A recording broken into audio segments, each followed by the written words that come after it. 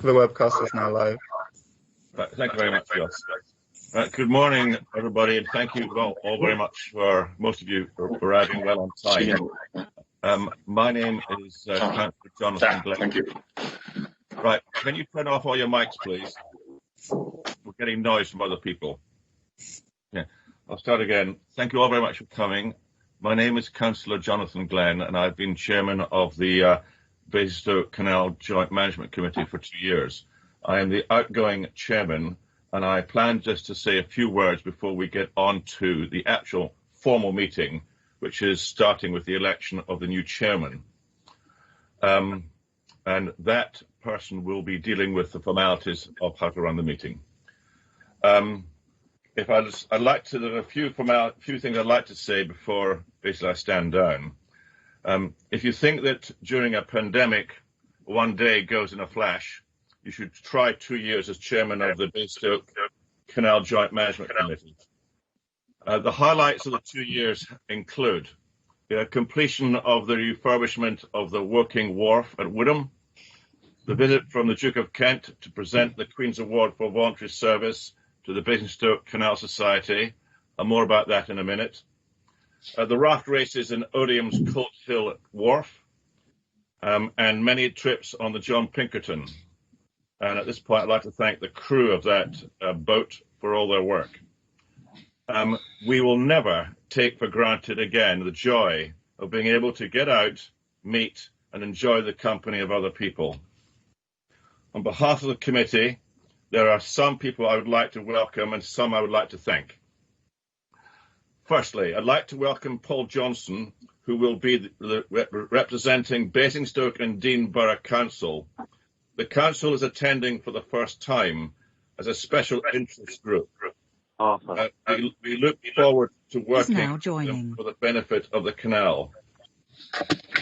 Okay, so far. Can you please turn your mics off, everybody? Is now exiting.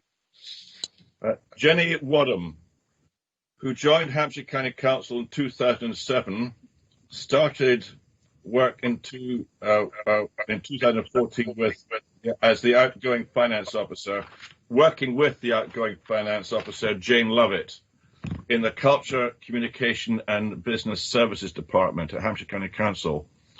I have the pleasure of working with Jenny on the Thames Basin Heath Joint Strategy Partnership Board. That deals with SANGs, by the way. She's a worthy replacement to Jane. So now I come on to Jane. As a farewell and thanks to Jane Lovett, our outgoing finance officer. Jane retired at the end of October after 36 years of working in local government, 31 of which were with Hampshire County Council. She became the finance business officer from Hampshire County Council for the Culture, Communities and Business Services in 2013 and started supporting the canal shortly after. She has been an integral part of the officer team. We are certainly going to miss her. She plans to spend more time on her main hobby of cycling and is looking to buying an electric bike for those steep hills. In my opinion, she should have stuck with the canal. So also farewell and thanks to Philip Riley, our outgoing chairman of the Basingstoke Canal Society. He's an important man, okay? He is a passionate advocate of the waterway and has been since his first involvement with the society as a volunteer in the 1970s. Philip served on the committee in various roles before taking the helm as chairman 9 years ago. The co-vice chairman, Ken Sankey, has said about him, Philip has made an astonishing contribution to the society over the years as an active member, as a volunteer, and in roles such as secretary and chairman. The society was recognised with the Queen's Award for Voluntary Service under his guidance in 2018, of which we're extremely proud. He's been the public face of the society for 9 years, a tireless champion of canal boating and the wider canal community as the representative amid other stakeholders. However, the good news is that he is planning to continue supporting the Canal Society with his wealth of knowledge. The Society is currently looking for a new chairman who who lead the executive team in developing and delivering the Society's vision and strategy. It's a voluntary role which requires a time commitment equivalent to at least 1 day a week, and as proven by Philip, it is a very satisfying role in helping support our community and our wonderful canal. If we ever get round to finishing off the swan cutting, I think we'll need a plaque there with Philip Riley's name on it. Okay. We welcome the 2 new co-vice chairmen in his place. That's Ken Sankey and Neil Sutherland. I don't know if Neil Sutherland's with us this morning, but I can see Ken's face. Okay. I'm proud of the fact that the 2 organisations, that's the Joint Management Committee and the Canal Society, have worked closer together over the last 2 years than ever before. And we've just had a very positive meeting about the future of the canal with Ken and Neil. I'd like to pay tribute to the officers that I have worked with over the last 2 years, namely Carolyn Mackenzie-Smith, our lead officer at Surrey County Council, Lisa Craig Griffin, who has been very instrumental in our business report, Joe Heath, head of our Hampshire County Council Countryside Services, and not least James Taylor, our lead officer with the responsibility for risk management of the canal. I will be saying a few words about our incoming chairman in a second. So over to you, Joss, for the election of chairman. Thank you, Chairman. So Councillor Jonathan Glenn has nominated Councillor Natalie Bramhall to be chairman of the Joint Management Committee. Councillor Glenn, do you want to say anything? And please, can you confirm who is seconding? Right. First of all, can we have a seconder? Charles Chowdhury, you got that, Jos? Yep. Thank you, Charles. Right. I'd like to talk about our incoming chairman that I'm proposing, Councillor Natalie Bramhall. She's in her 2nd term as a Surrey County Councillor and sits on the Cabinet with the responsibility for environment and climate change. She represents Redhill West and Meadvale on county and Reigate and Banstead on her borough. She's been in the borough since 2000. She has overseen the borough's regeneration plans and was chairman of the Regeneration Forum, cleaning up, in inverted commas, grot spots in Redhill. She currently oversees the continued regeneration of Horley and was responsible for the successful delivery on time of a new leisure centre in the area. She also sits with me on the Thames Basin Heath Joint Strategic Partnership Board. She has her own business and lives with her husband in Redhill and has interests in clay shooting, golf and family. I think I've got that in the right order. She has she heads up at 100 million in a bracket, in inverted commas, Your Fund survey, which was launched on Monday to fund projects dreamt up by Surrey residents and communities. So I am proposing what I consider to be quite a dynamic person. So that's what I've got to say about Natalie. Over to you, Joss. Thank you. And Councillor Bramhall proposes Councillor Glenn as Vice Chairman. Natalie, would you like to say anything? And please, can you confirm who is seconding? Yes, I'd like to propose Councillor Glenn as my Vice Chairman. And do I have a seconder to that proposal? Yeah, it's Councillor Rod Cooper. I'll be seconding that. Thank you very much. I'd just like to... Gosh, can some of you mute, put your microphones on mute, please? There's an awful lot. We need to vote for it. I'd just like to thank Councillor Jonathan Glenn for holding the chairmanship so admirably during the last 2 years. However, this is but a small notch on his County Council bedpost, as he is also the Deputy Chair at the County Council Network, a member of the Thames Basin Heath Special Protection Area Joint Strategic Partnership Board, member of the Blackwater Valley Countryside Partnership, a deputy at the LGA General Assembly, plus a member of the Hampshire and Isle of Wight Fire and Rescue Shadow Authority, a former chairman of Hampshire County Council, where he has also held a number of positions, so I do think he deserves a bit of a rest. I know he will be a hard act to follow, but he has assured me that he is happy to virtually hold my hand through this first meeting, and I look forward to working with him as my Vice Chairman over the coming few years. Thank you. I now like to move to welcoming everybody to this meeting of the Basingstoke Canal Joint Management Committee, today the 18th of November 2020. Please note that this is a remote meeting operating under the standing orders of Surrey County Council Constitution and new regulations, the local authorities and police and crime panels coronavirus, flexibility of local authority and police and crime panel meetings, England and Wales, Regulations 2020, created by the Coronavirus Act 2020. As much as possible, I'd like this meeting to be run as if it were taking place in a council building, with the same standards expected in terms of behaviour. Members, please remember the following. Please mute your microphone when you are not speaking. When you want to speak, please ensure that your camera and microphone is switched on. If you want to speak, please use the raise hand feature or the meeting chat alert to let me know. And members, for the sake of the live feed, please can I ask that you each confirm your attendance at today's meeting. I will read your names individually now in the order outlined on the agenda front page and ask that you respond clearly. For Surrey County Council, Natalie Bramhall, I'm here. Councillor Ben Carrasco? I'm here. Thank you, Ben. Councillor Paul Deach? All present and correct, ma'am. Thank you, Paul. Councillor Saj Hussain? No. Hampshire County Council, Councillor Rod Cooper? Yeah, I'm here. Thank you. Councillor Jonathan Glenn? Present and correct. Thank you. Councillor Anne McNair Scott? I did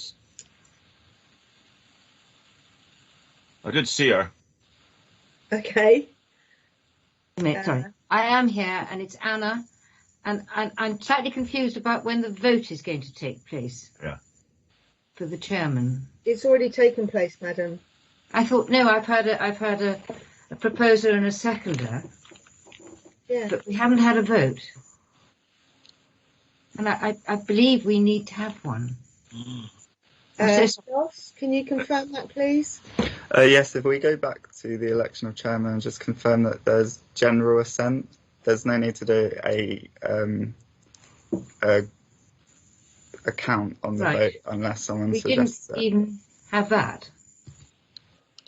Sorry. No, and Anna's right. We should have just gone to a general agreement, because I'd do it by show of hands, Natalie. Fine. I don't have a problem, but that is a problem.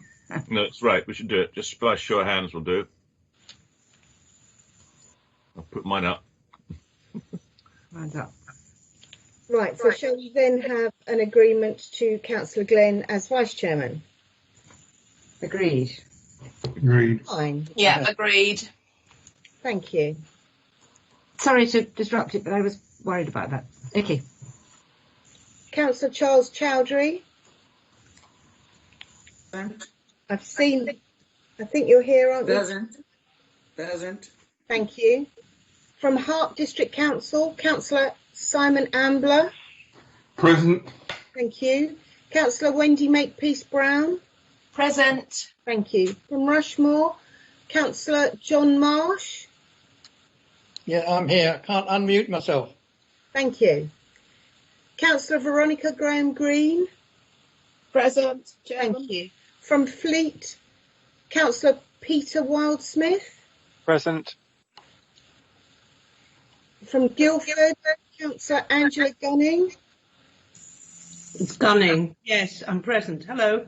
Hello. From Runnymede, Councillor Brian Clark. From Surrey Heath, Councillor Sarah Jane Croak. Present, Chairman. Thank you. From Woking, Councillor Kevin Davis.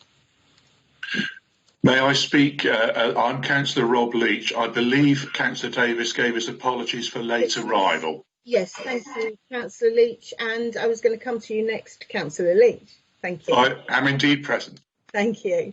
Special Interest Groups, Basingstoke Canal Society, Mr. Ken Sankey. Speaking is present. Thank you. And Mr. Neil Sutherland. Correct. I'm here. Thank you. From Hart District Association of Parish Councils, Mr. Alistair Clark. Present, Chairman. Thank you. From Basingstoke and Dean Borough Council, Paul Johnston. Present. Thank you very much. Natural England, Mr. Adam Bates.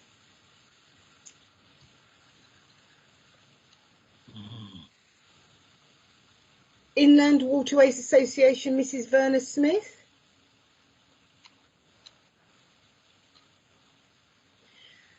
Basingstoke Canal Canoe Club, Mrs. Liz Murnahan. I'm present. Thank you. And Galleon Marine, Mr. Arthur McCaffrey. Arthur's trying to get in. He hasn't been able to get in. It's Ken Sankey here, so he hasn't been able to get in. Thank you very much.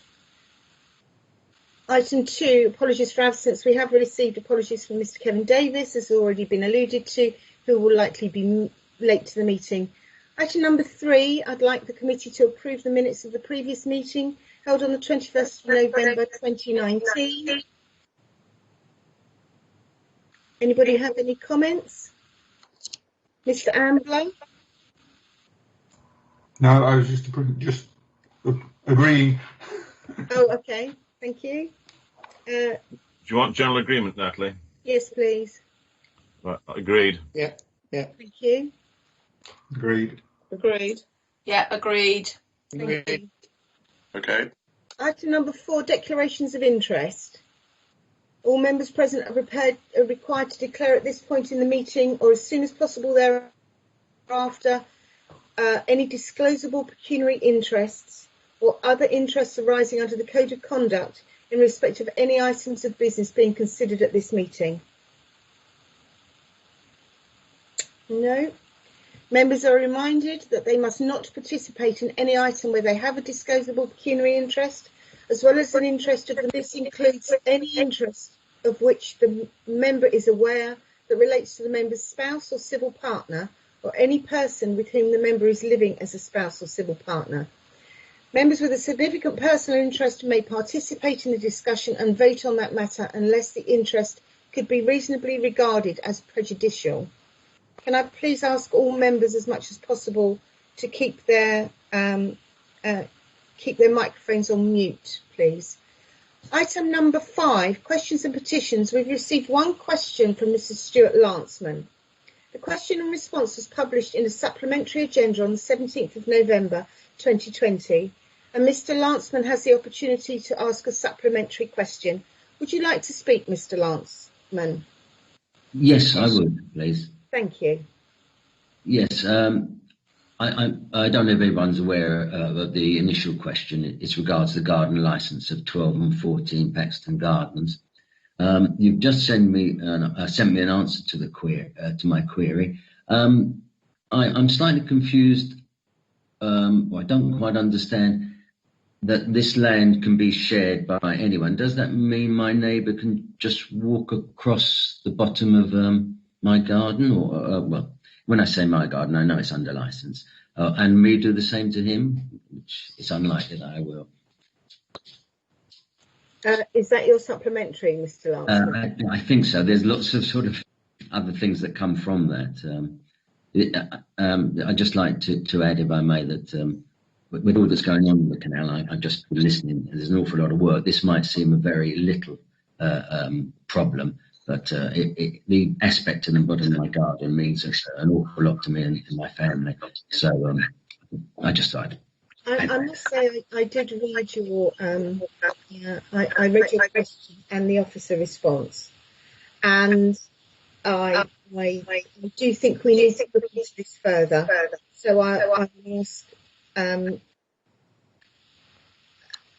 my officer to, when COVID permits, to come down and so we can have a look at this. I'm slightly concerned about the 7-foot fence that's been erected, to be perfectly honest. I do think that's a bit of overkill.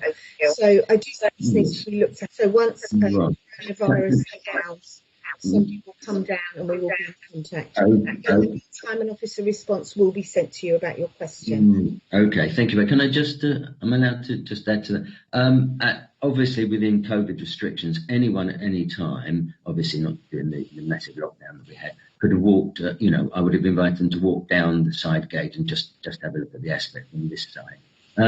I'd just add that although the 7-foot fence is rather irritating and rather provocative, that's not my main concern. What it is that my neighbour thinks that they have the right to extend their land right across about 2/3 of what, maybe even more now, what I thought I was enjoying and paying the garden license for. Yeah. Okay. As I said, I am concerned, and I will get my officer to have a good look into this, and we will come back to you. But in the meantime, if you do need to contact me, you can get my number and contact me directly or email me. Yeah, I'd like to thank Councillor Carrasco and Kevin Davis as well for helping me out in this. Thank you. Thank you very much. Bye. If we now move on to item 6, which is the forward tracker. So we'll go through each item at a time. We need to note and approve the work programme and the actions. On item A1/18, I'd like to ask members to note the County Council's response to that action. Is that agreed? Agreed. Thank you. On item A4/19, lotteries funding, councillors to go back to their relevant councils to discuss lotteries and funding schemes. Is that agreed? Agreed. Agreed. Thank you. I'd now like to move on to item 7, the final accounts 2019-20. I'd like to hand over to Jenny Wadham and James Taylor to present this report. Thank you, Chairman. Good morning, everybody. Yes, so if I start with the first report on the final accounts for the year to the end of March 2020, the original accounts were intended to be brought to the meeting back in June, which was obviously cancelled due to the COVID situation. So Jane had originally or previously emailed these to everybody for comments and questions. So they've been brought to this meeting for formal approval, but I'm not intending to go through them in any great detail today, but obviously happy to take any questions that people may have. So just as a very quick summary of those accounts, so as you'll see, the final position was a contribution to reserves of £110,000 able to be made, of which £80,000 was ring-fenced for the works on the Wellesley towpath. That was obviously quite a significant improvement on the position we had forecast previously, where we were expecting to make a draw from reserves of £90,000. And that's primarily due to that £80,000 for the Wellesley path, and also £93,000 of work that have been slipped into the 2020-21 financial year. So not a saving, if you like, but simply a delay in when that spend will be incurred. The final thing that I just wanted to say about the final accounts is just a note on the reserves balance. So as at the end of the year, they stood at a total of £801,000, of which £697,000 is in the unallocated reserve. So as I say, just a very quick overview of those accounts, because I know that everybody will have seen them previously. Thank you, Jenny.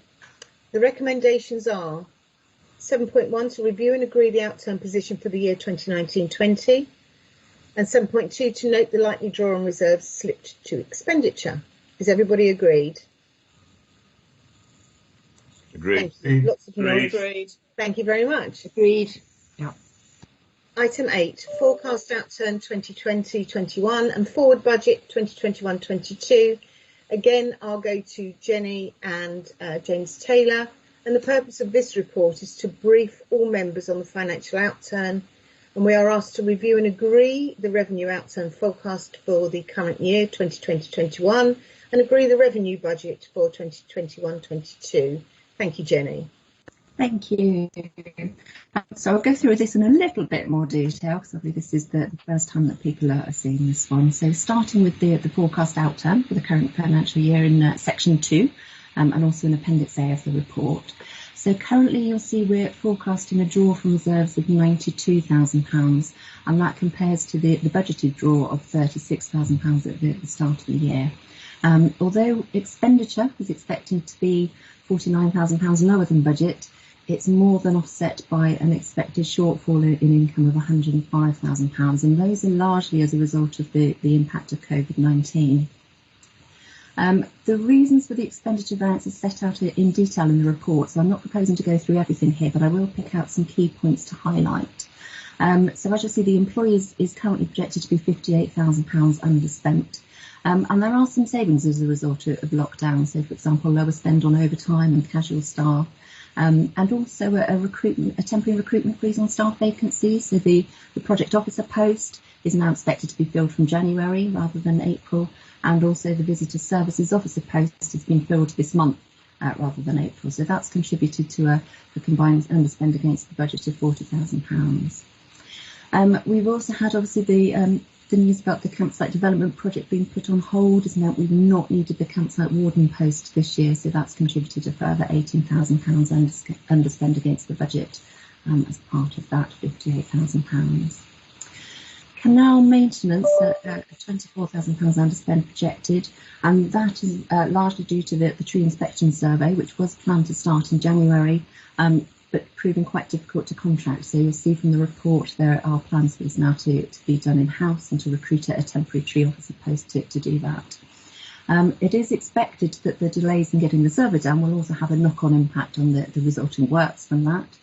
So we're expecting £30,000 of tree works to slip into the next financial year, and that has been included in the forward budget.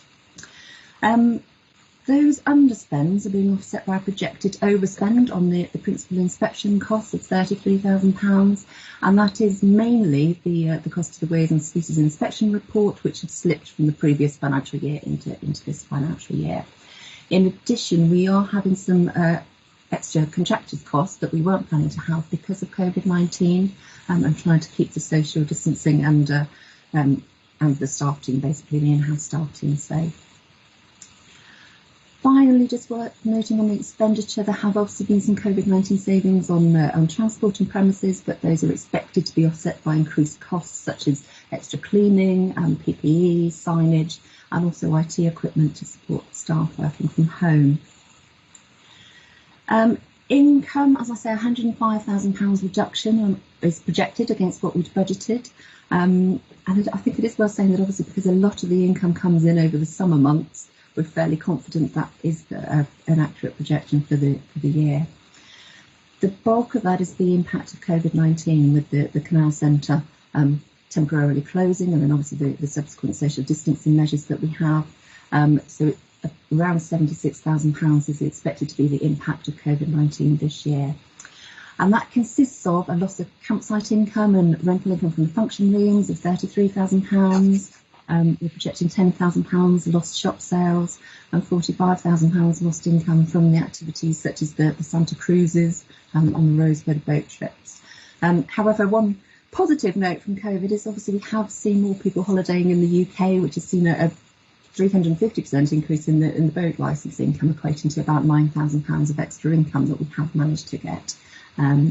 And also a small amount of parking income that we've had, which actually related to last year, but we've managed to bank this year. The other income pressures that aren't COVID related, so there's £15,000, which is an expected reduction in mooring fees, and that's as a result of the ongoing works to the Farnborough moorings. We then have £15,000, which is the one-off premium from Basingstoke Canal Canoe Club in terms of improvement works, and that's actually just to delay where there have been the delays in drawing up the lease agreement. So we are still expecting to get that income. It's just for prudence we're saying it might not be until the next financial year. Moving on to the forward budget in section 3 of the report, which is obviously based on assessment of what we think the income and expenditure will be for next year. However, we're saying that we haven't built anything into the forward budget for any impact of COVID-19. That's partly because we just don't know what that impact will be, but also so that we can separately identify what any COVID-19 impact is. So if there is an impact, that will be shown as a pressure or potentially saving on the budget, but probably a pressure on the budget, which would need to be an additional draw from reserves.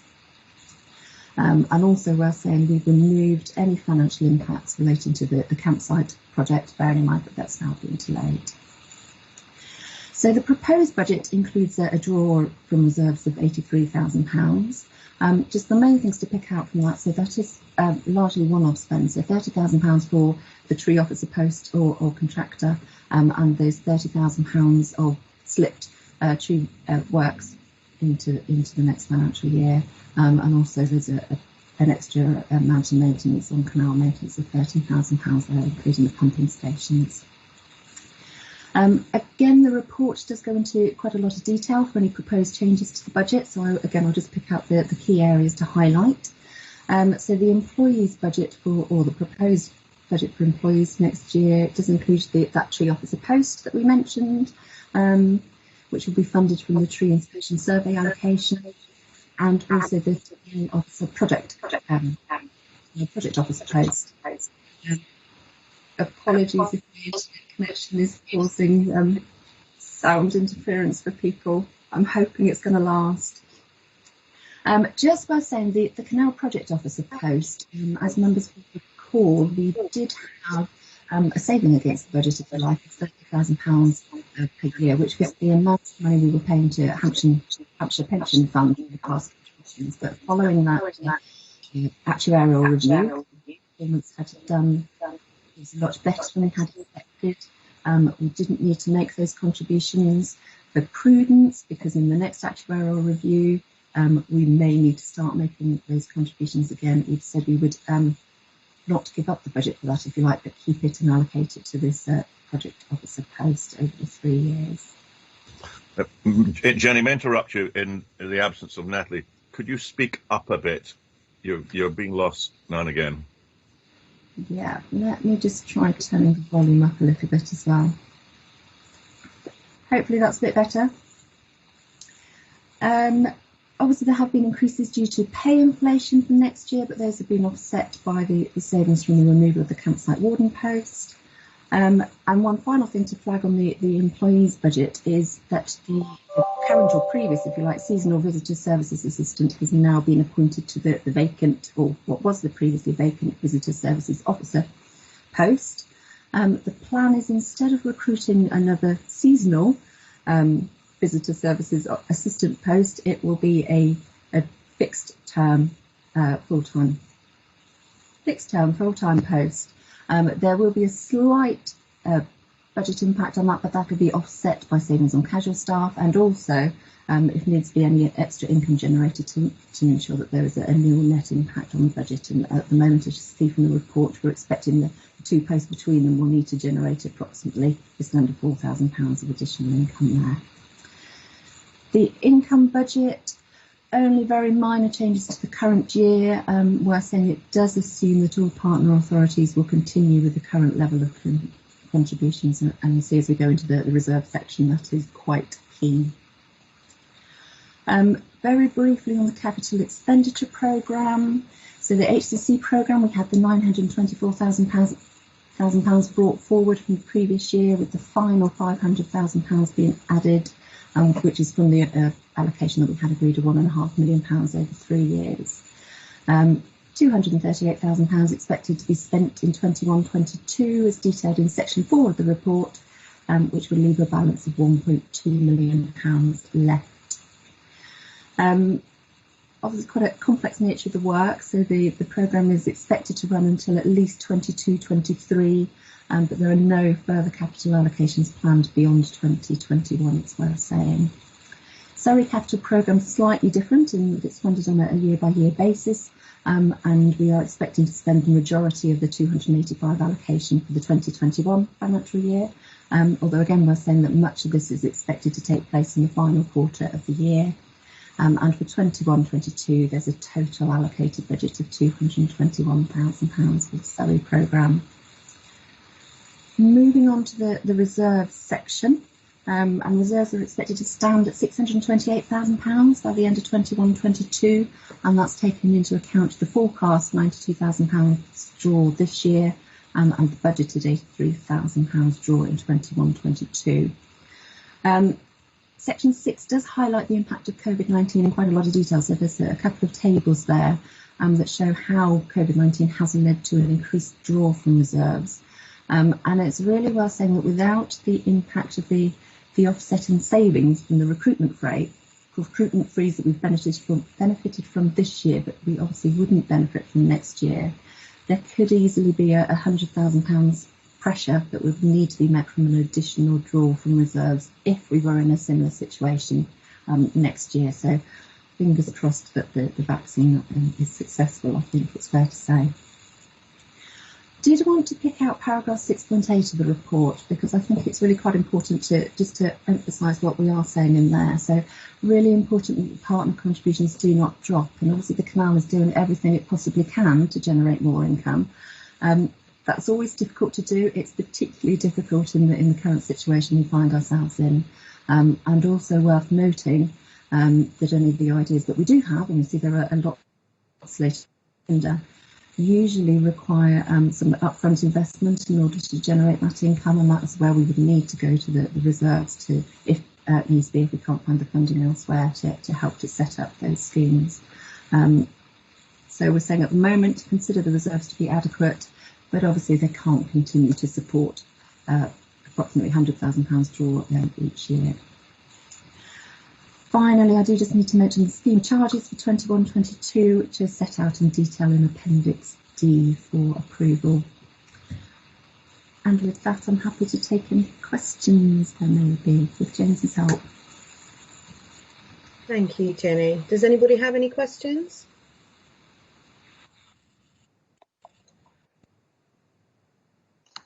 No?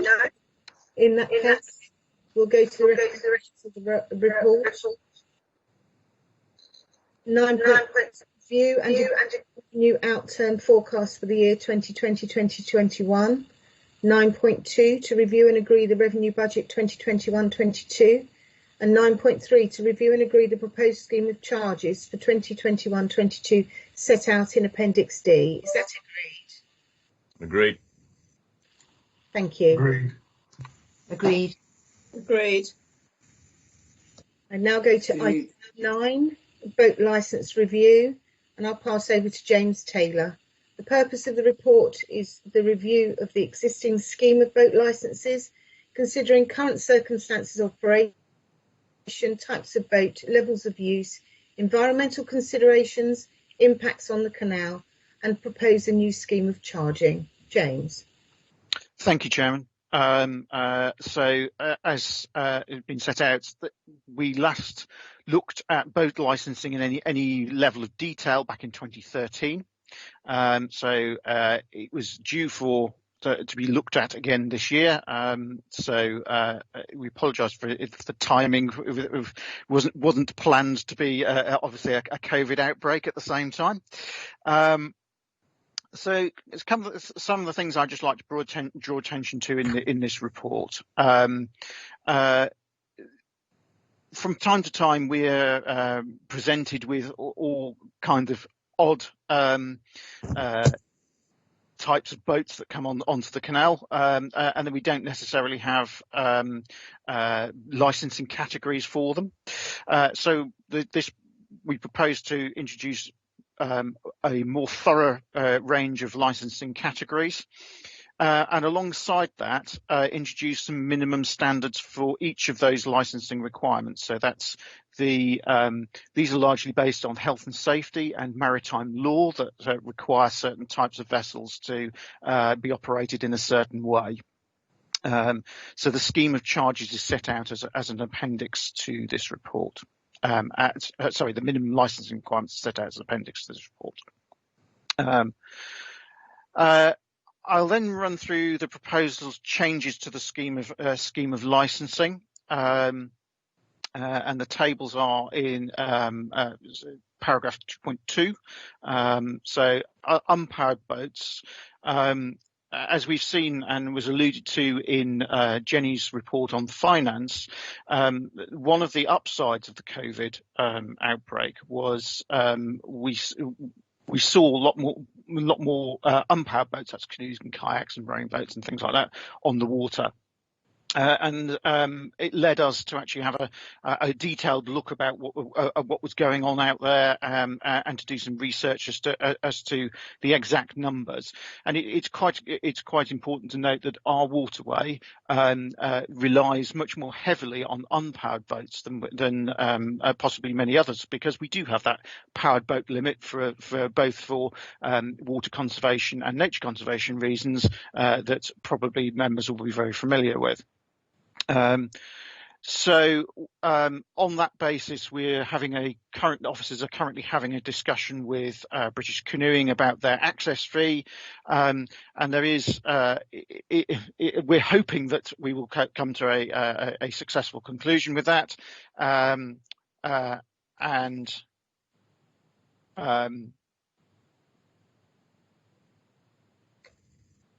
someone's shared their screen here. I think it's Councillor Glenn. I just sent him a message. You've shared your screen, Councillor Glenn. I'll come out. Sorry about that.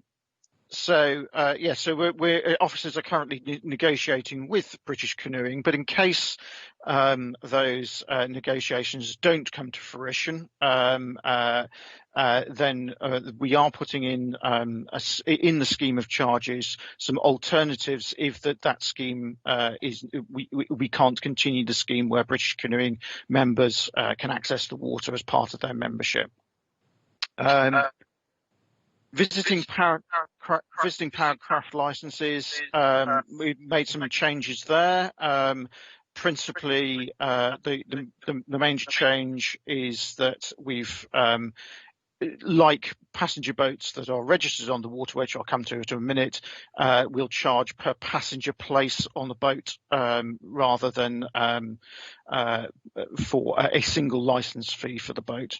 And this is as a result of research that we've done in terms of boat movements on the canal, where we're seeing that commercial vessels generally generate about 60% of the boat movements on the canal. And we feel that shifting the balance away from privately owned boats, of which there's a lot more, the commercial vessels only have 14% of the fleet number on the water, but do 60% of the journeys. Well, we feel that they perhaps should pay a little bit more. So an existing a 12-seater passenger boat will pay the same as what it does today for a commercial license, but in future larger vessels will pay proportionally more to cover off that increased use. And there are in section 2.2 under the resident boat section and also under the visiting boat section, we set out our proposed scheme of charges. So in addition to the basic charges for licenses to use the waterway, we also charge some supplements. So these are for lock use, and we're not proposing to change this scheme. It's basically if you want to use our controlled lock flights, the long lock flights, so we have to actually man those to ensure that we don't lose lots of water during the summer. Then you can either pay up front with your boat license at the beginning of the year, or you can pay per return journey through the flight. And those, other than going up by the CPI index, are not going to be changed. The same is just supplement for trail boats. Those are boats that are not resident on the waterway, but are brought in by a trailer and launched from one of the slipways. If they're powered, we require those boats to register their insurance and boat safety scheme details with us and lodge those with us for the year. And there's a charge of £15 for an annual registration for trail boat. We propose to introduce a new discount for low emission vessels. And this is what a lot of other waterways do this. and this is for electric, hybrid or hydrogen-powered drivetrains, and that's a 20% discount for those types of boats. And we also continue to offer charity operators, things like the Basingstoke Canal Society and Accessible Boating Association, to name a couple. We offer them a 60% discount on all fees, and that's not to change. Similarly, the scheme of mooring fees, we looked at what other waterways are doing, and we feel that our rates for mooring fees are comparable. And other than the CPI, we propose no changes to that.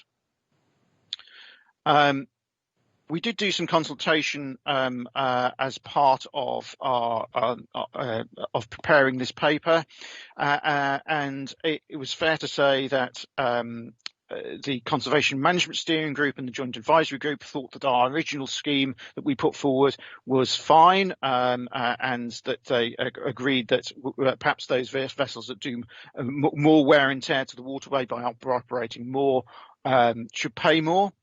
The boaters user group, however, felt slightly differently, and as a result of very detailed feedback and very helpful feedback from that group, we actually changed the scheme that was going to be put in this report, because we were proposing a 20% levy for larger vessels. We've removed that as a result of feedback from the boaters user group, who felt there was no support amongst them for that, and that we will manage that in a different way through changing the rules of navigation to as required.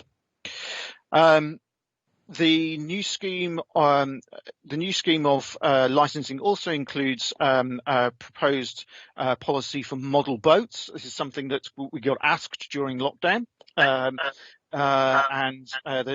In Appendix 1 there is a proposed model boat policy for people who want to rock up with their model boat, and how they would go about engaging with other waterway users. And Appendix 2 is the minimum boat licensing requirements policy.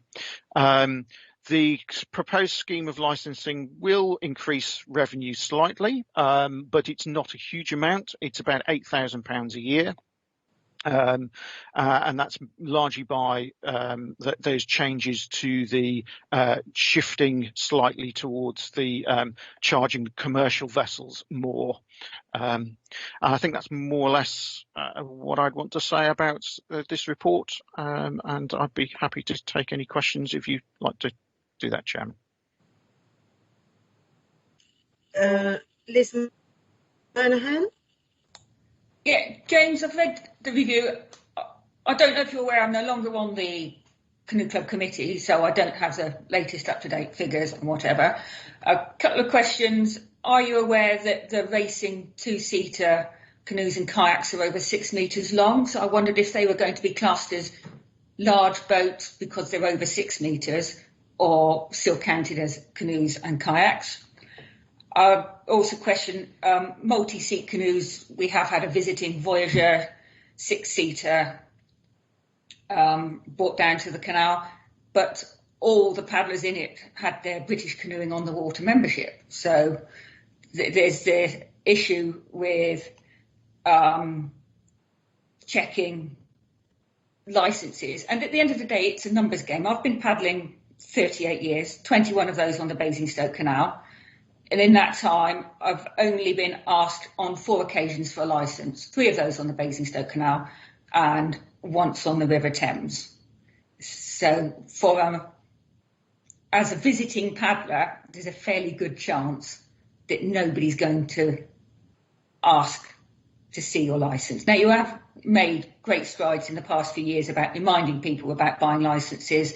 And from a club perspective, we trying to sell you need your British Canoeing membership quite hard. As it stands at the moment, you put a piece in about wanting the Canoe Club to licence all their boats. And with my Canoe Club hat on, we buy a block of licences from the BCA, but we also buy some from British Canoeing because that meets our needs better. So trying to go down and count all the boats in the barn and say, I want this many licences, we're going to turn around and say, well, actually, we also need some licences for the River Thames and the River Wey and the Kennet and Avon Canal. So I would like to see the Basingstoke Canal licence remain in the British Canoeing membership scheme. I think we would as well, Liz. There's no intention to withdraw from it. It's just obviously we feel that British Canoeing currently aren't reflecting the compensation that they pay other waterways to the Basingstoke, and there's a negotiation going on between officers. That's good. You need to be able to show them, well, actually, our unpowered boat usage has gone up by. I think our research into user in terms of both just numbers before COVID and after COVID shows that admirably. And I know Fiona's done. Fiona, who, as you know, is a very keen paddler, our operations manager, has done a lot of work on that, and we have an ongoing discussion with British Canoeing, and I'm very hopeful that we will come to an amicable agreement, and that we won't need to introduce those additional charges for club boats. Thank you. Ken. Ken Sankey, Canal Society. I think three things. Thanks, James. Number one, just worth mentioning, James mentions electric and hybrid boats. It's on a very constructive note, something we're working with the BCA. He's actually looking at places where we have electric points along the canal, and so that's supporting that going forward. Just to let people know. Number two, yes, the Canal Society's had part of that discussion with James. I mean, a robust discussion. Thanks, James, on where what we pay on the Pinkerton has gone up. It's quite a sizable increase, but not debating that. We had the debate. I think just worth mentioning to the group as well that the Pinkerton passenger boats on a normal year make about £50,000, and that's money that we pay back into the canal. So that's what the Canal Society charity is doing. He's making money to invest and support the canal. Just worth mentioning that. But the one point, an email or text through from Arthur McCaffrey, Galleon Marine, who unfortunately couldn't get into this video conference. Arthur's saying, a trip boat operation at the top end of the canal, clearly raising the profile of the canal, and a business we want to support. Arthur's saying that the increase is coming next April next year. With businesses like Arthur's battling with COVID, is there an argument to put that increase back to April 22? That's Arthur's request, and from a business on the canal. Can I put that on the table, please? Yes, I'll come back to that point first, then, if that's okay. So there is actually a proposal which I skipped over in the report for what we intend to do for business commercial ventures.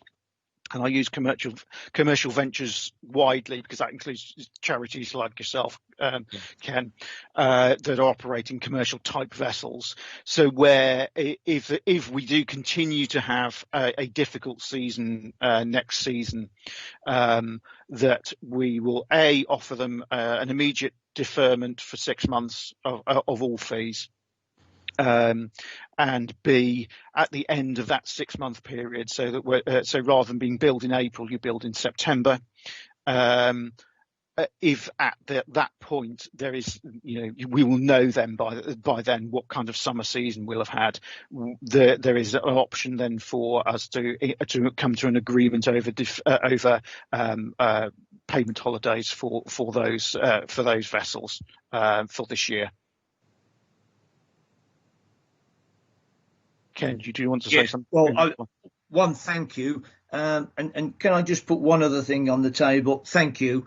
An issue we'll pick up in a minute, a wider issue Swan cutting at the top end of the canal, would there be something also, and that applies to Gallion, we'll come back to this in a minute, but perhaps we want to park it and come back, if the top end of the canal was severely impacted or closed, would there be a review of licence fees then? It's slightly secondary. The issue is we want the top end of the canal open.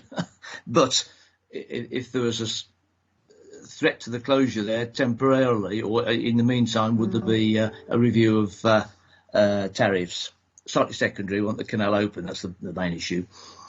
I think we'll cross that bridge when we come to it. There is, at the moment, obviously, the problem with swan cutting is the canal is narrowing. I don't know whether members know that. It's not actually there's no dredging issue there or anything. It's just that the land on both sides of the canal is squishing the channel, which makes it difficult for wide beam vessels such as the John Pinkerton to get through because there's no space to squeeze the water around the hull. That's not the case. And accessible boating as well. Not just us. We understand the way it's going. We'll come to that in a second. Okay. But there isn't currently a difficulty for narrow beam crafts. The average canal boat is 7 foot wide or thereabouts. So there currently isn't an issue for that. Swan cutting is an issue about water, really, ensuring that the water that comes into the canal at the top end is fed down the system. We don't envisage that there would be any point it being allowed to close the channel sufficiently to close the navigation to narrow beam craft. There may become a point where wide beam craft have more of a difficulty, but this is an active project, as everybody in the committee well knows. We've rehearsed this on a number of occasions over the last probably 3 or 4 years. That swan cutting is a very live project, but it's also a very complicated project, and there's going to be no quick resolution to it. But I think we will review that should we come to it. It should there actually be a restriction in navigation at that point. Thank you, James. Do you want to say anything else, Mr. Sutherland? No, thanks. Ken put the fourth item down there, which I was about to mention, so he beat me to it. Thanks. Thank you. Right, if there are no more questions, I'll move to the recommendations. Recommendation A, approve the new scheme of licensing for boats using the canal. Recommendation B, authorise officers to licence boats according to the proposed scheme. C, authorise officers to charge the revised categories of boat according to the revised licence charging scheme. And D, review the scheme annually and add up to and no more than the cost of inflation to individual charges without further reference to the committee. Is that agreed? Agreed. Agreed. Yep. Thank you. We'll now move on to item 10, the Canal Management Report. This will be taken by James Taylor and Fiona Shipp. James. Thank you, Chairman. Perhaps if we usually do this as a double act between myself and Fiona. So the first part of the report is about the sort of revenue management of the canal, the day-to-day operations, and that's Fiona's bag. So perhaps if I can introduce Fiona to take the first part of this report. Fiona, are you there? Yes, I am there. Hopefully people can see and hear me. So I shall start with the first bit. I'll just pull out a few highlights from the report, basically. So we had actually quite a lot of trees down this summer. You don't expect to get that so much during the summertime, but actually the trees are always quite vulnerable when they're in full leaf, and we did have some windy and wet times and had about 37 trees down this summer, which we've had to deal with the team reactively. So that's been quite a bit of work to keep on top of that. We have had a couple of leaks this summer. Now, having a canal with no leaks is basically never going to happen. So it shows really the importance of having inspection and monitoring regimes. And through those, we're able to identify leaks when they are very minor and stop them becoming anything more dangerous. So we were able to spot those leaks and get our emergency contractors in and work with them to sort those out ASAP, and everything is all good. So that just shows how important that is to have that regime in place. We managed to get the campsite back open in July. So obviously it was a very late start from us, but because of COVID, but we did manage to then get some income in, although unfortunately we were running at reduced capacity and we weren't able to use our toilet and shower facilities. All campers had to be self-sufficient, so it did reduce the income we could then take through the summer. So not only was it a late start, there was reduced income as a result of that as well. We did manage to get our boat hire, our unpowered boat hire, up and running again as well in July. That actually did really well, which we had quite a busy summer while we were able to operate with that, which was really helped. So that sort of drew back a little bit of income that we had perhaps lost earlier in the season. Unfortunately, again, though, because of extra measures we had to put in place for that, it did mean we had to operate with extra staff than we normally would, which obviously then reduces our income, and we were able to have less boats out at a time because of the cleaning regime that had to go on between hires. So we had to allow time between that. So again, while it was reduced, we did manage to be able to again claw back some income through that, which was really important. We've had a nice new venture on the canal this year. So on the newly done Woking Wharf, we've got a coffee van venture there, Kiwi and Scott, who have been operating there from sort of earlier on this summer. So that's been really nice. We've had loads of great feedback from members of the public appreciating that coffee facility there. And obviously we'd like to look at where we possibly have other places on the canal where we might be able to do a similar venture in the future. We have unfortunately had to cancel our Santa Cruz's event for this year. It was a difficult decision we actually took sort of back in September. Just we felt that we weren't going to be able to offer the kind of high quality event that we normally do, which brings us in a lot of money and also fully books us at the end of September pretty much every year for that full event throughout the whole of December. Unfortunately, Santa is quite vulnerable.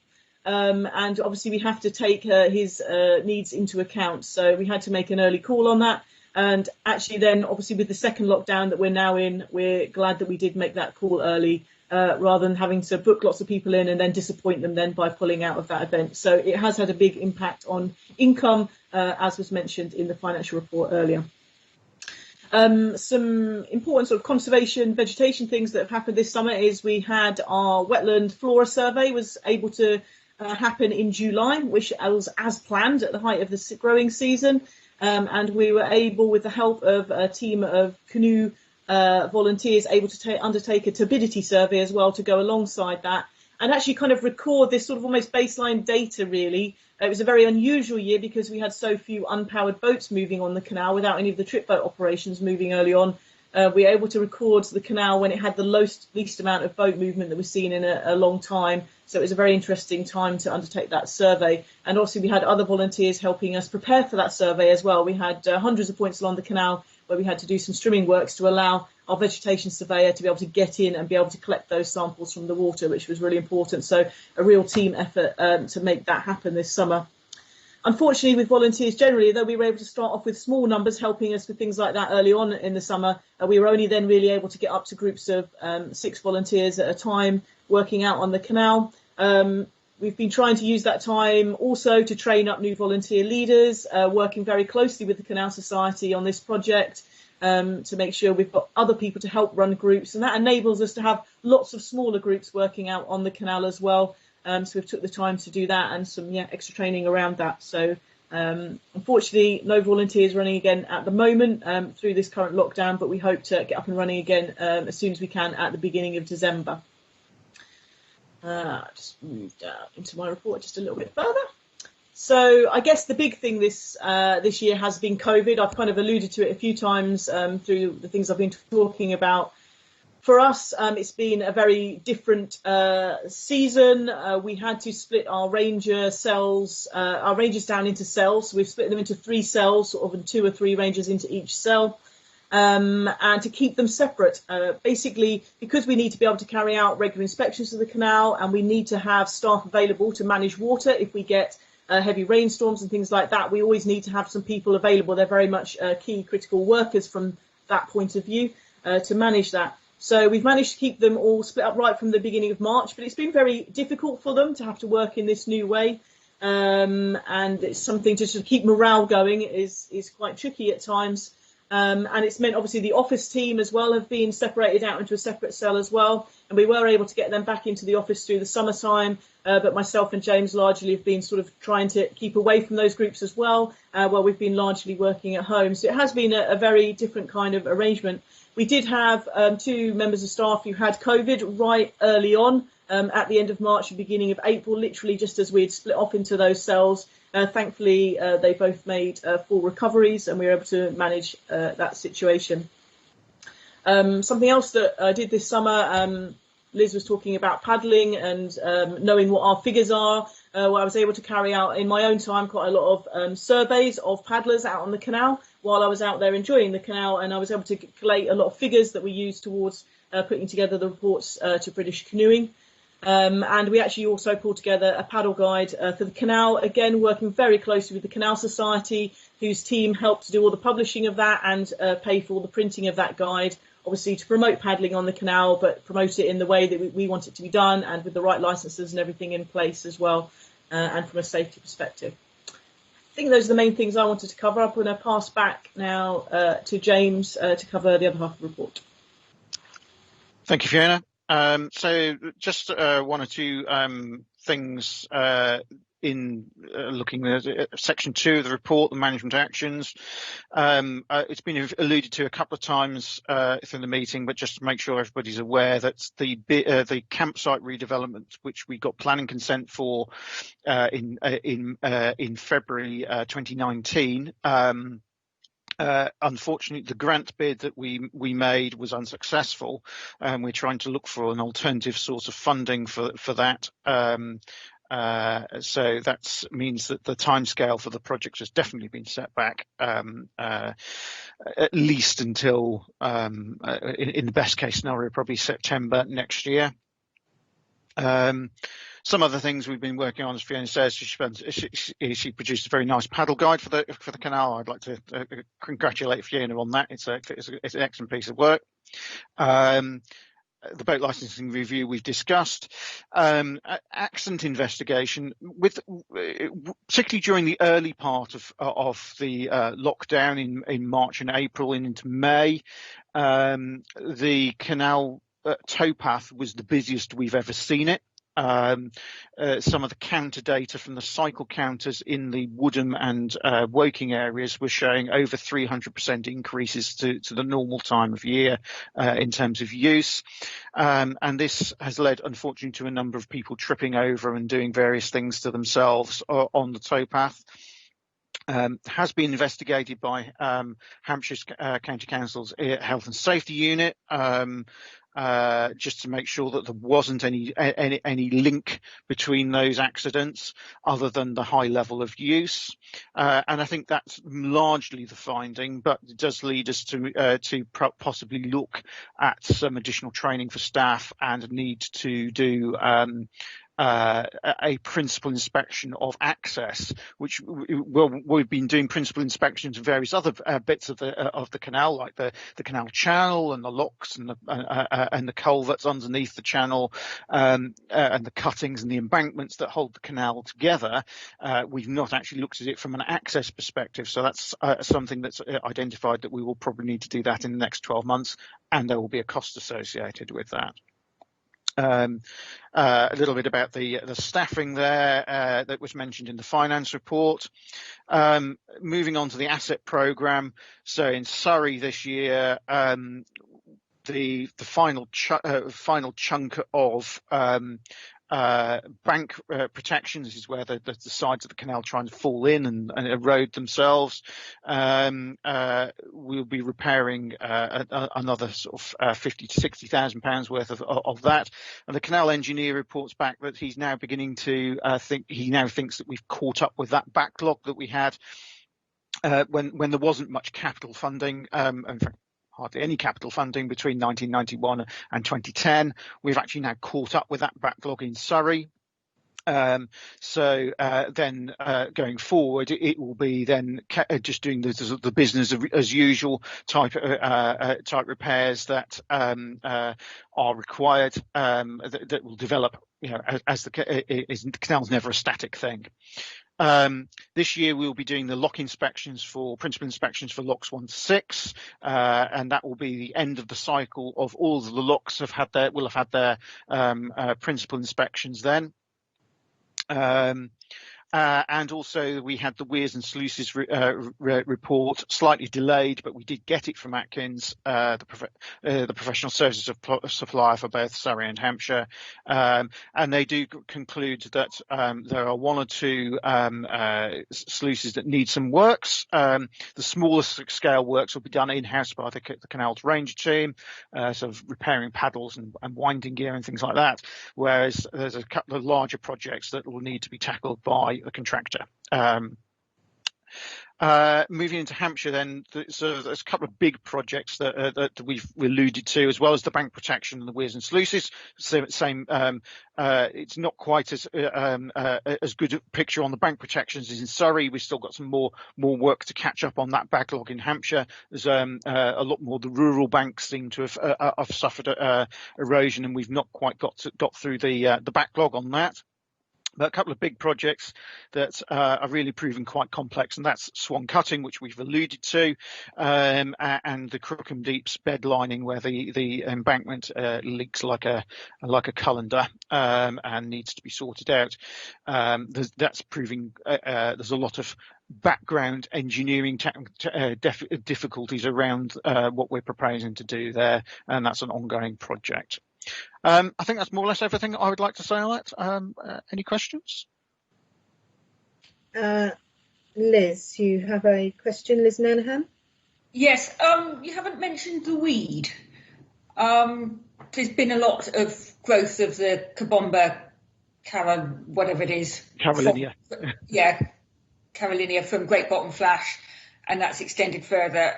And I don't know how much that growth has been due to the lack of large boat movements during the early part of the year, and how much it's just spread everywhere. It's just we suspect it's noticeably more weedy now.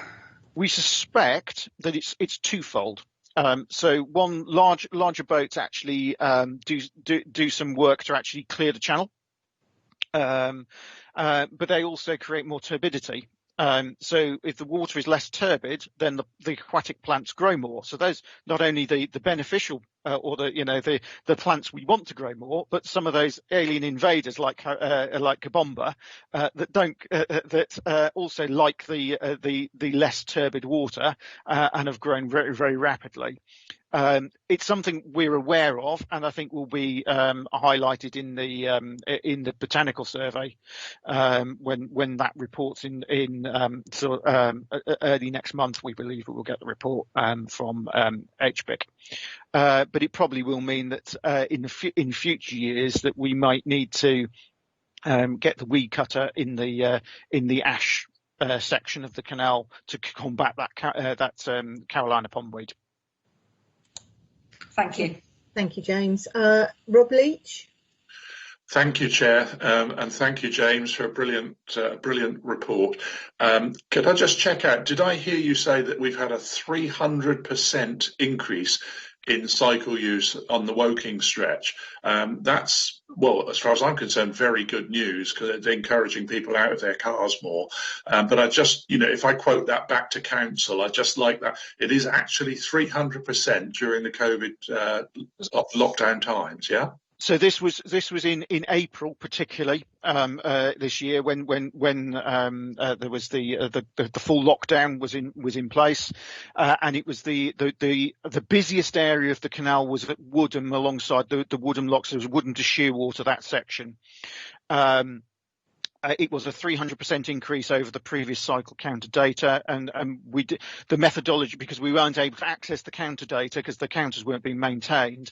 We actually got our lengthsmen to sit in their gardens. So a lot of them live alongside the canal, and actually do a manual count for an hour a day so we could get that picture. So yes, it was a 300% increase. Obviously, as we've seen, that had some swings and roundabouts, and we did get a lot of complaints, particularly from walkers, about cycles not slowing down, not sharing the space responsibly. We do have that, we do promote the share the space campaign so that everybody shares the towpath, which is quite narrow. It's much narrower than a cycle track should be, responsibly and carefully, and look after each other and don't cause accidents. Thank you, James. Brilliant. Thank you. As there's no more questions, yes, Ken, you're on mute. Don't say it like that, oh. I'll make it on a very positive note. And I mean, one of the great things we've got, isn't it, that this 300% increase, just to share it with everybody, I think, and that it makes you realise how many people really appreciate the canal and in particular, okay, lockdown, but generally. So just as a one-liner, something that we're particularly passionate about, and it's on behalf of the canal overall, is really to reach out to these people and work with the local councils, you local councillors. How do we raise the profile and really celebrate and well, one, you're putting the money into the canal, so really make best use of it, isn't it, to reinforce it, but also to what we'd like to do, wouldn't it be great if everybody who walked along there put a couple of pound in a pot or something, isn't it? We're talking about we're short of cash or something, so how do we engage these people putting some money in the kitty in some way, and that, so which is some of the things we're doing. So excuse me just coming in there, but isn't it, it's one, let's celebrate it, and that we want to work with local councils. We've got a lobbying person, Tony Bolsh in particular, leading now, wanting to work with local councils. In each council, how can we raise the profile and help you folks? Yeah, please use us as well. That's what we're saying, is we're all working together. Excuse me coming in on that one. Thank you. Thank you. Okay, the recommendations are that we... Chairman. Yes. I've got my hand up, Chairman. I just wanted, if I'm the last to speak, I would like to, first of all, back up what Ken is saying, actually, and I'd like everybody to go back and think how they could raise money for the canal. That's really good news, Ken, that you're working alongside everybody in this respect. And more ideas like that, brilliant. But most importantly, I wanted to say sorry to Fiona Shipp. I had her on my list to pay tribute to, and completely slipped my preamble. So I'd just like to pay tribute to the work of Fiona Shipp, our operations manager, for her undaunted commitment to the canal. Thank you, Chairman. Thank you, Councillor Glenn. If everybody, when they've spoken, if they'd like to virtually remove their hands, that would be helpful. Thank you. So the recommendations are to note the report. Is that report noted? Noted. Agreed. Thank you. I now go on to item 11, the Basingstoke Canal Authority Risk Register. Purpose of this report is to inform the Joint Management Committee of the key risks associated to the Basingstoke Canal Authority Canal Partnership after annual review, and to ensure the risks are mitigated as far as possible. So I'll pass again over to James. Thank you. Thank you, Chairman. So this is the annual review. So members that have been on the committee for some time will have seen this on a number of previous years. Where there is a report and a table, and the table will show you the risks, how we've scored those, and the direction of travel. So I would just like to pull out a few highlights, or possibly not highlights. So there are two new specific risks relating to the COVID pandemic, BCA 52 and BCA 53.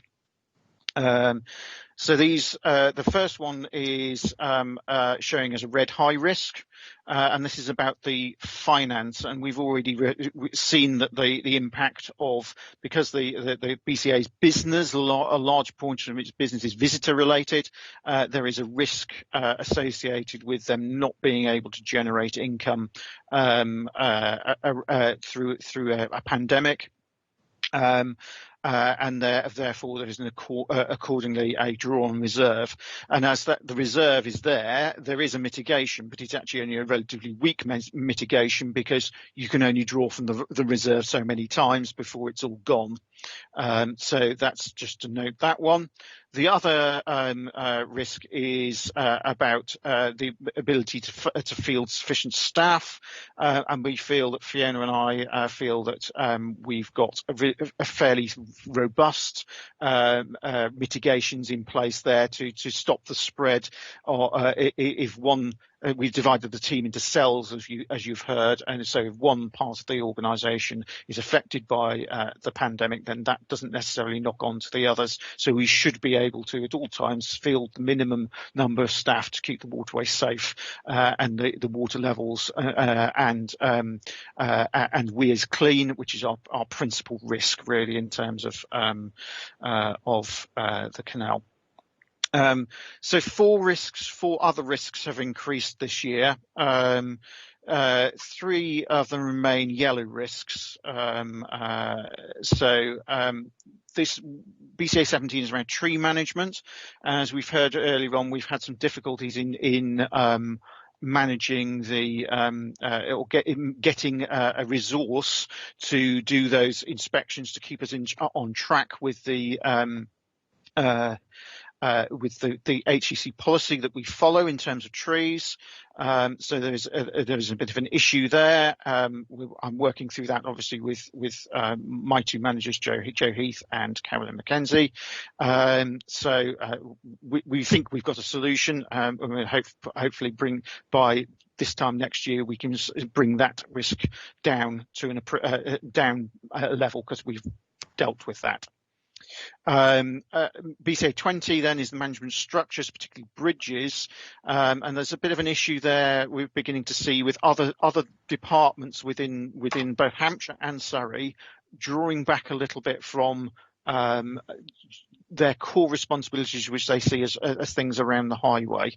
So there's a little bit of a risk there associated with inspections of bridges, and particularly.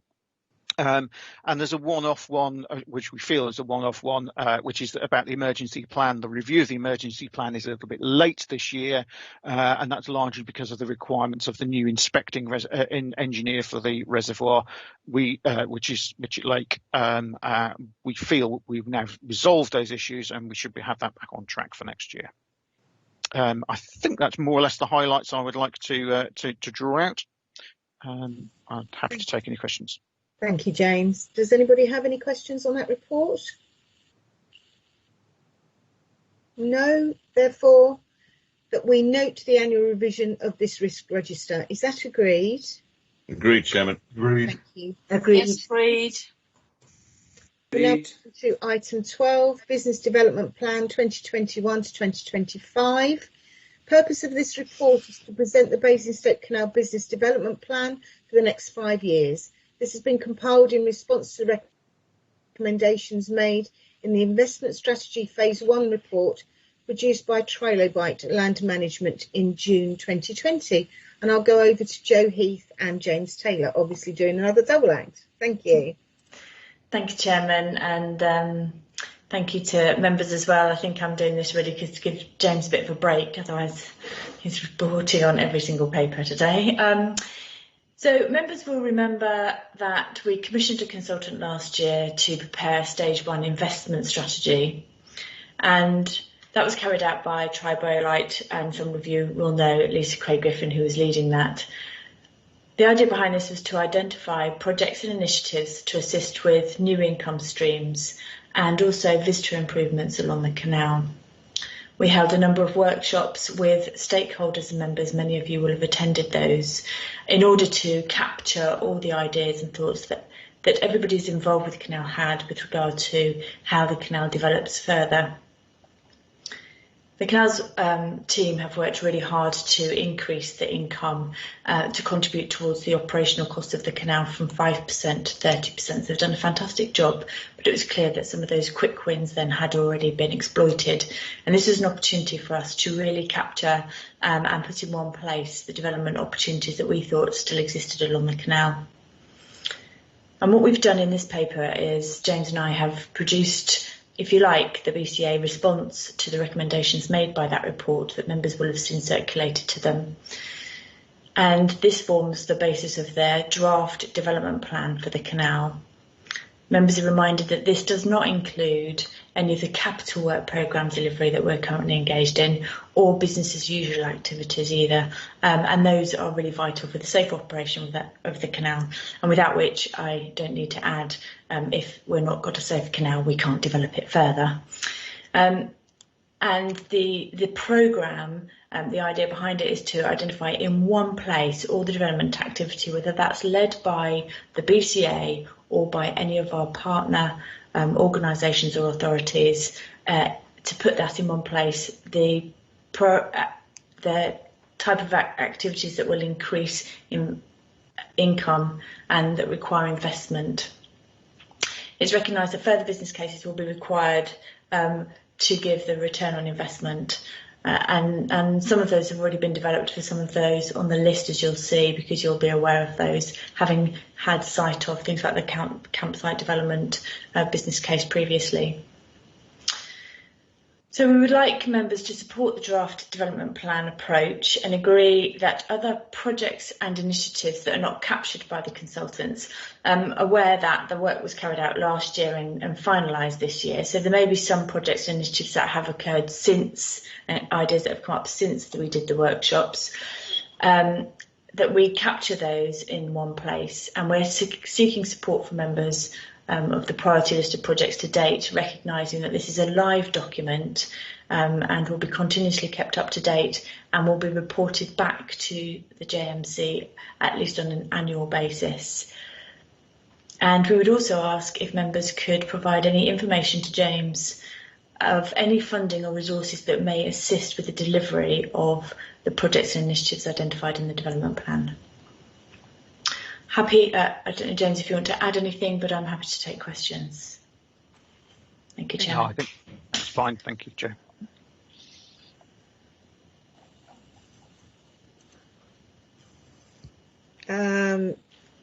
Councillor McNair-Scott.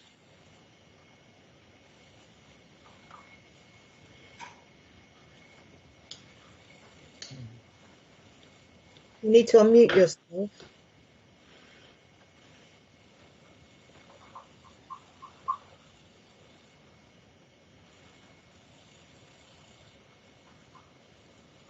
No.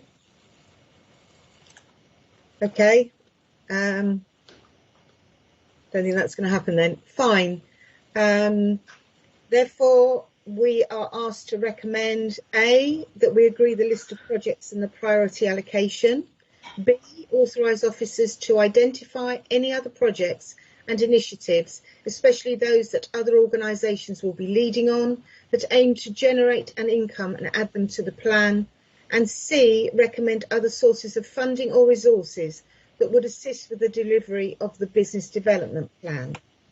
I think before we agree to that or not, I think Councillor McNair-Scott is trying to get in. Oh, I'm so sorry. Did I? Oh, yes. You're now.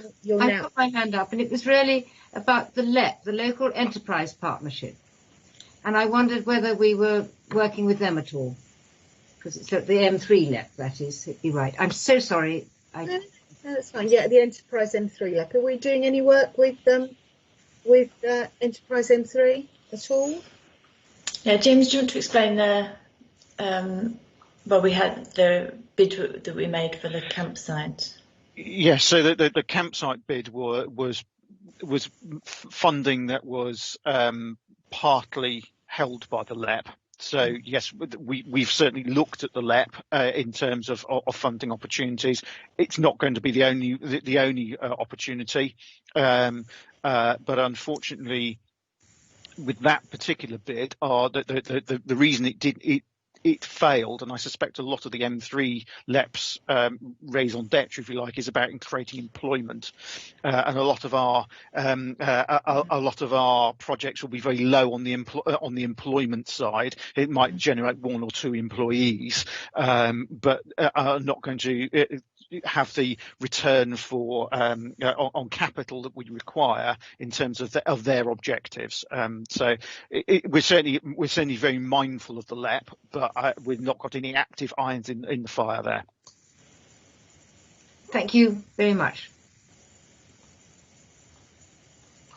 Thank you. I've already read out the recommendations, so do I take it that those are agreed? Agreed. Agreed. Thank you. I'll now go on to item 13, the report of the Basingstoke Canal Society, who will be taken by Mr. Sankey and Mr. Sutherland, and they're going to provide us with an update of the work of the Canal Society since the last meeting of the committee. Thank you. Right, thank you. I'm very conscious that I'm between everybody and a cup of coffee and a chocolate biscuit, so I'll keep this fairly brief. And obviously, COVID has affected us enormously, sort of 50 grand's worth of income has disappeared. But before I go into any further, I'd like to thank Councillor Glenn for his support for the Society over the years and look forward to working closely with the incoming chairman and for the foreseeable future. One of the things that Councillor Glenn did was to broker a meeting between Joe Heath, James Taylor, himself and ourselves. And at that meeting, we pledged that we would work much closer together. We're all in it, let's be honest, for the benefit of the canal. And one of the things that we want to do is to work much closer together with projects. And some of those projects will help generate income, which is going to help enormously. Not just cooperating more closely with the BCA, but with everybody viewing this particular video call. We have a new member of the Volunteer Society. Ken mentioned him earlier on, Tony Balch, and I hope that he's going to be contacting all the borough councils in the near future to get that cooperation moving a little bit further. We've got a project going on at the moment which is for signage along the canal, and I know that one or two councillors have actually offered contributions to that particular project. The last thing I really want to say, and sorry to bang on about swan cutting, Councillor Glenn mentioned that he's enjoyed many trips up on the JP. If swan cutting deteriorates further, then unfortunately JP won't get up there. And that's going to have a dramatic impact on our revenue. What we'd like to see is some sort of a plan for the swan cutting works. We're quite prepared to put our big boy pants on and listen to any bad news that might be coming along. But we need that plan so that we ourselves can plan for the future.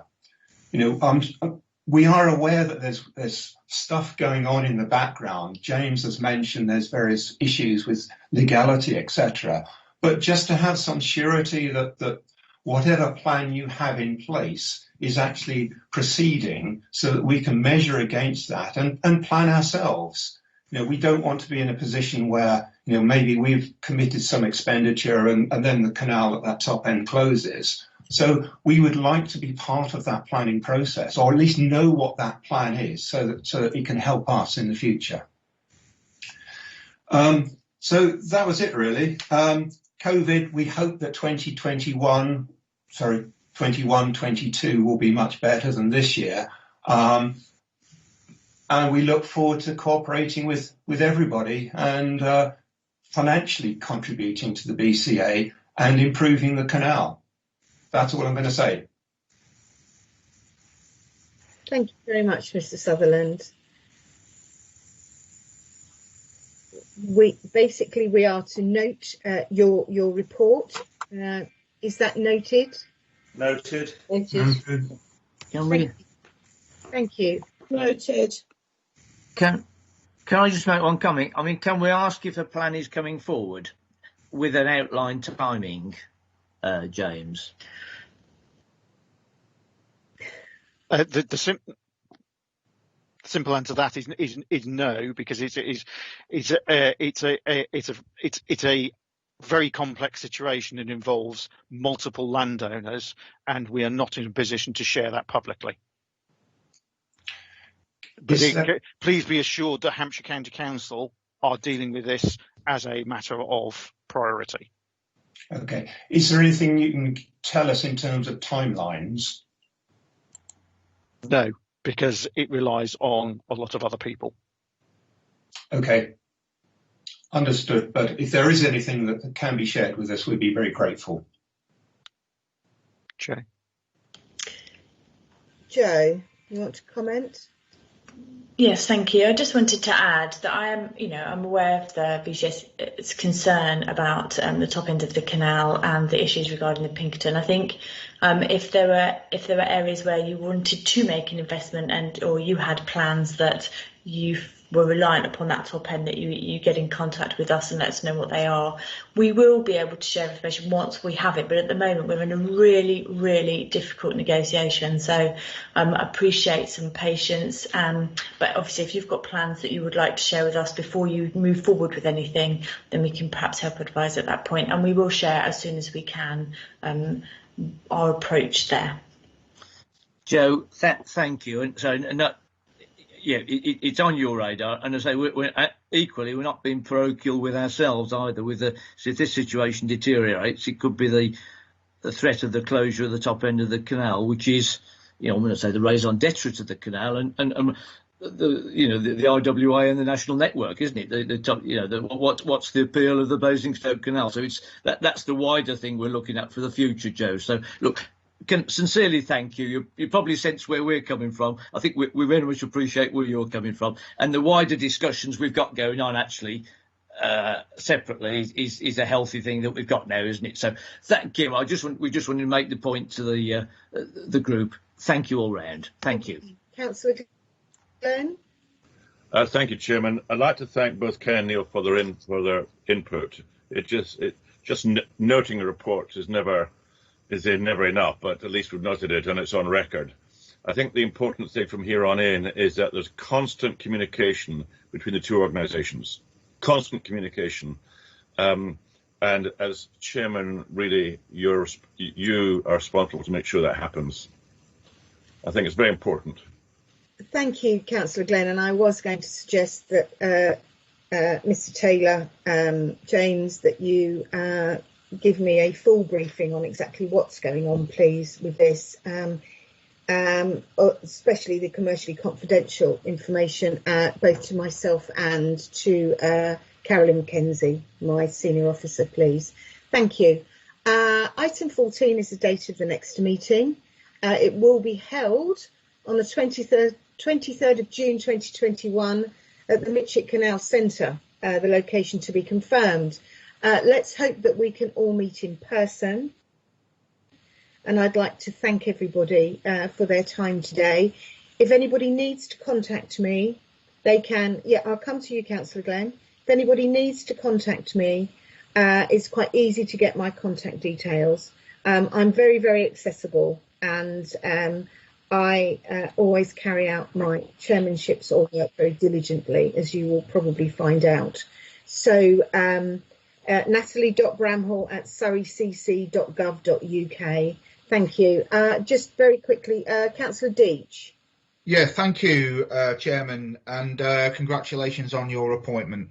Can I just say that, by the way, my internet connection, literally at the moment you said the date of the next meeting, it broke up. What was it? What date was it? 23rd of June 2021. Oh, wow, that far away. Yeah. Why is that then? Not that I'm complaining about not having enough meetings, believe me. But could I just suggest that by then, I don't think we're, even with vaccines and everything else, I don't think that we're going to be back to normal, so to speak. No, and could I just, even if we do have that meeting at the Canal Centre, could I just ask you to carefully consider a hybrid option for those of us, because there will be members of this committee that might be at high risk or whatever, and may not want to put themselves, even in June, when things might be going back to normal, I think that would be very prudent and wise to consider a hybrid option. Because I don't think I will be wanting to sit in a room with that many people, even in June, frankly. No, absolutely, Councillor Deach, thank you for that. And I think, bearing in mind where we are now, it will possibly be a virtual meeting. Yeah, because it's a very small room that with a lot of people. It'd be difficult to socially distance. Thank you for that. Councillor Deach. Councillor Glenn. Thank you, Chairman. Just on that last point by Councillor Deach, I'm all for maintaining hybrid meetings from here on in for those of us who don't want to travel, and hopefully that will become the norm, where we can have either meet face to face, or you can actually decide to be online for any meetings in the future. It does save on a lot of time and travelling around. My main reason for putting my hand up was I wanted to congratulate you, Chairman, on your first meeting for the excellent chairmanship, and we look forward to working with you for the next 2 years. Thank you, Councillor Glenn, and I'm actually looking forward to getting my wellies on and coming up and having a meeting with you all, and having, because as you know, there is not a canal in Redhill or Reigate, and actually coming over and spending more time seeing the canal and meeting with you. So thank you. Roger. Mr. Sutherland, you're muted. You're still muted. You're very welcome to come and join us on a trip on the JP Pington. Look forward to it. Thank you very much. I therefore declare this meeting closed at 11:54. Thank you very much, everybody. Well done, Natalie.